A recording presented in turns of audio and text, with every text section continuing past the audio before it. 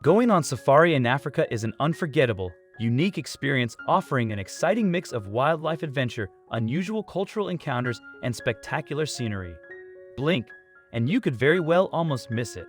The team is dispatched before dawn to follow a specific task: the capture of photographs and videos of two rare white lion cubs who live predominantly on and off Ngala Private Game Reserve.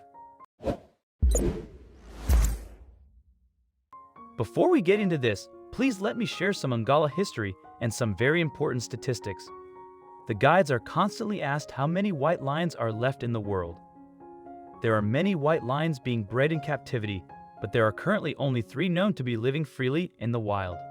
And the breaking news is that 2 of these 3 free-roaming wild white lions can now be seen at Ngala Private Game Reserve. Ngala, which rather aptly is the local Shenzhen word for lion. And beyond Ngala is a 14,700-hectare, 36,500-acre, Big 5 private game reserve that shares unfenced borders with the Kruger National Park and Timbavati Private Game Reserve. You may have heard of the world-renowned white lions of Timbavati. They were first officially discovered in 1938, although local African elders have regal tales of their existence for centuries. And this white gene pool is actually unique to the greater Timbavati in southern Kruger area where Ngala is situated. It is the only place in the world where white lions occur naturally, and their presence has contributed significantly to the region's healthy biodiversity. The famous white lions of Timbavati had long since disappeared from the area, seemingly never to return until 1 year ago.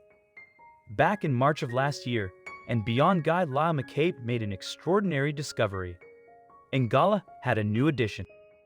Out of sensitivity for the fragile litter, the crew waited a few weeks before releasing the groundbreaking news that a beautiful white lion cub had made its first official debut on and Beyond Ngala. The heartwarming photo of this precious new cargo, just a few days old, being delicately carried in the powerful jaws of its mother, captured by and Beyond private guide Daryl Dell, immediately went viral and captured the hearts of wildlife lovers around the world. This fragile new addition was one of 4 cubs born to the Birmingham female of the well-known and well-documented Birmingham Pride. And although it wasn't officially announced at the time, another female within the same pride also gave birth during the same approximate time frame. Astonishingly, within her litter of just 3 cubs, 2 were white. Statistically, the survival rate of lion cubs, especially the white ones, is rather grim. Only 50% of lion cubs, even tawny ones, survive their first year.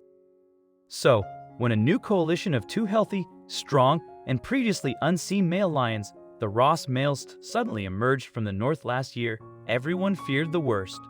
Fierce battles for pride dominance ensued between the then dominant males and the new competing Ross males. In the end, the Ross males were victorious.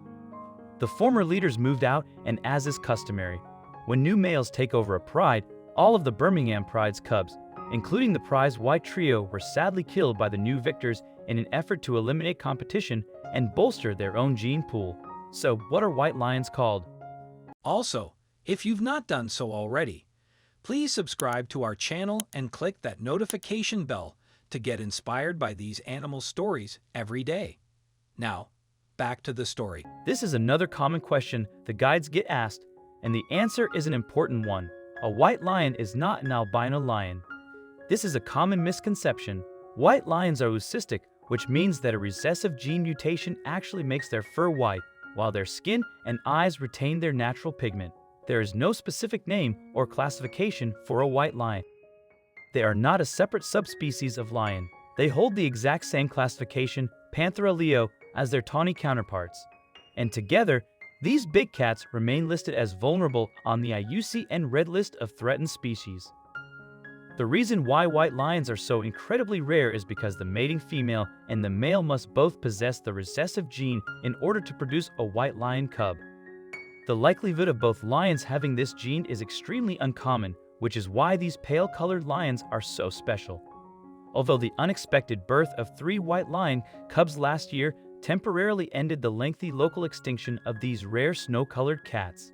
When the cubs were killed in the dominance takeover, everyone assumed it would be another few decades before we ever see this genetic mutation again. When news of and Beyond Ngala's 4th white lion cub broke last November, it came as a complete surprise to all of us, as the Ross males took over the Birmingham Pride. They immediately began mating with the females, and the Birmingham female, once again, fell pregnant. This time, she gave birth to a 4-cub litter, and to everyone's great astonishment, one of the cubs is in fact white. Now, approximately 9 months old, this feisty little male white lion cub was recently joined by yet another gorgeous white lion cub. This one a female, born approximately 3 months ago to one of the other lionesses in the Birmingham Pride.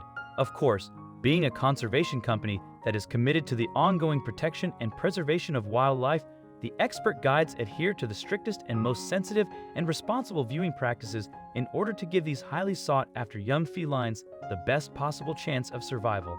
Now back to the pre-mission. As the crew trundled along the dirt road in complete darkness, the cameraman Thomas Vanderspoy casually claimed that they'd just driven right past the white lion cub. Hesitant to actually believe him, they eventually agreed to turn around and prove whether or not his glimpse was in fact the holy white grail they'd been looking for. Lo and behold, Thomas' eyes certainly weren't playing tricks on him in the low light.